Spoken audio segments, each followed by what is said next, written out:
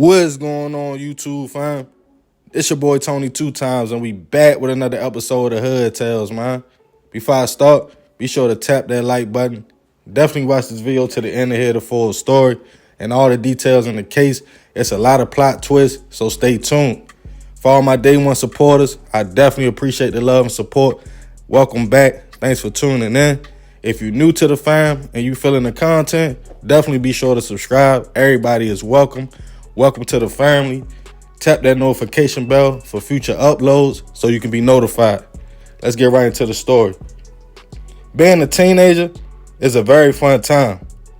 You are just old enough to know what's going on in the world, but young enough to not worry about real problems. Most teens' main focus is their social lives.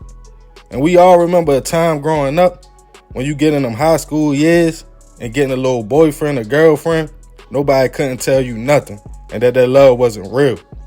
We was not trying to hear like, yo, that's just puppy love. In your teenage mind, it's forever. And granted, it is couples out there that actually have been together since teens and are still going strong to this day, but not too many. And sometimes when their relationship ends, it crushes us to the point we feel like our lives are over. As time goes by, we can look back at it and laugh. But during that time, it definitely is not funny. In a lot of cases, I know with men especially, how our first real relationships play out is how we view women for years. If she cheated, we have trust issues. If she moves away, that can make you feel alone and abandoned and not get too close to somebody else for years. Some people are mature enough at that age to know this relationship is just young fun, but some really fall head over heels in love and can't see life without that person.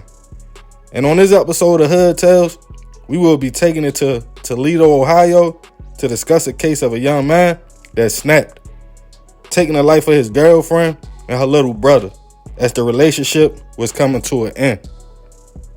According to sources, back in 2015, 16-year-old Devonte Brown had a girlfriend, 16-year-old Jocelyn Jones. The young couple were close, but Devonte's love language was allegedly a little different. Some said the young man had a temper and was in and out of trouble as a shorty. And later in the teen's relationship, things would get crazy. Jocelyn was trying to separate herself from Devonte due to issues they were having. But according to sources, the young man wasn't ready to let go at all, even having a tattoo of Jocelyn's name on his neck. It was clear the teen was in love. But around March 2015, the relationship would become strained. Devonte allegedly went to the home of the young lady where she lived with her siblings and her mother, we will call Miss Thomas, and broke the windows on 2 different occasions, and even allegedly put hands on Jocelyn. To the point, police was involved and a no contact order was enforced to keep Devonte away from the young lady. But the young man had no intentions of staying away. He even did 30 days of community service due to the situation. But after that, Devonte allegedly wanted to get his girl back. And on August 10th, 2015, the young man would take matters into his own hands and pull up to Jocelyn's family home in 1,000 block of Alcott in West Toledo. Allegedly, he wasn't invited. He broke into the home going through a window, went to find Jocelyn, and as the 2 teens got into a heated exchange and she confirmed the relationship was over, Devonte snapped and did physical things to the young lady before stabbing her multiple times. After that, Devonte made his way upstairs to Jocelyn's 14-year-old little brother room, Johnny. And as Johnny slept, he stabbed the young man. But allegedly, Devonte wasn't finished. He then went into Miss Thomas' room, Jocelyn's mother, and as she laid in bed with her 2 younger twin children next to her, Devonte stabbed her 17 times before going back downstairs and having a change of heart, lifting Jocelyn off the floor, grabbing the keys to the family's vehicle, and putting the young lady in to take her to the local hospital. But Miss Thomas fortunately survived the attack, and police was notified. Authorities would get behind Devonte while the young man drove erratically, trying to make it to the hospital before crashing the car and fleeing the scene.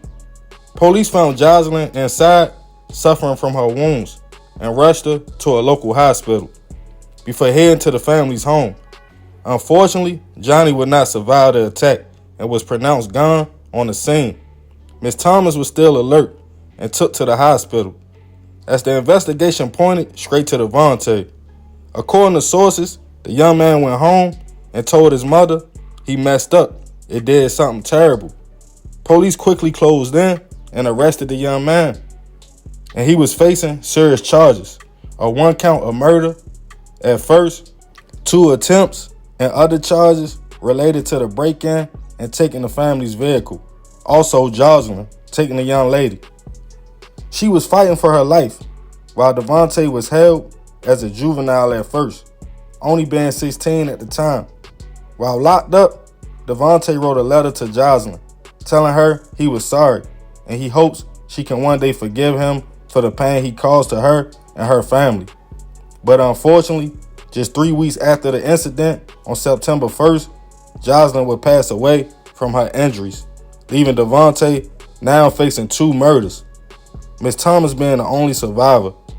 As the young man would head to court, his status would be updated from juvenile court to being charged as an adult. The case would make national news, as Ms. Thomas, Jocelyn's mother, explained the situation and how aggressive Devonte was. A vigil was held by the family in memory of the brother and sister. Ms. Thomas would state she woke up to Johnny yelling, "Get off me and leave me alone," before Devonte busted in her room with the knife. The young man's attorney stated Devonte might not be mentally aware of how serious his actions was that night, but the courts confirmed he was able to stand trial. As the case continued, now 17 years old, with all the evidence against him and testimonies from Jocelyn's family and her mother, Devonte would enter an Alford plea, not acknowledging he did wrong, but that it was enough evidence against him to be charged. He was sentenced to life in prison plus 22 years for the 2 murders and 1 attempt. Ms. Thomas would go on to state she trusted Devonte as part of the family, took him places, and showed him nothing but love, but he eventually turned violent. She, her husband, and other children moved away from the home, and she tells the story of her children to others, also about Devonte and other kids that might need help mentally. As for Devonte, he was sent to Mansfield Correctional Institution, and at 22 years old in 2021, after a few years of his bid, he was found gone in his cell, in which it was declared a suicide. Man, rest in peace to Jocelyn and Johnny. I send my deepest prayers and condolences to the family and Ms. Thomas. More of this story, don't feel like you have peaked as a 16-year-old. You have a lot more life to live. Young women and young men, if you are that young and get your heart broke, just keep it moving. Trust me, life goes on. It's not worth you taking others' lives. If you are with somebody that displays certain traits, get away. Don't even play with the situation.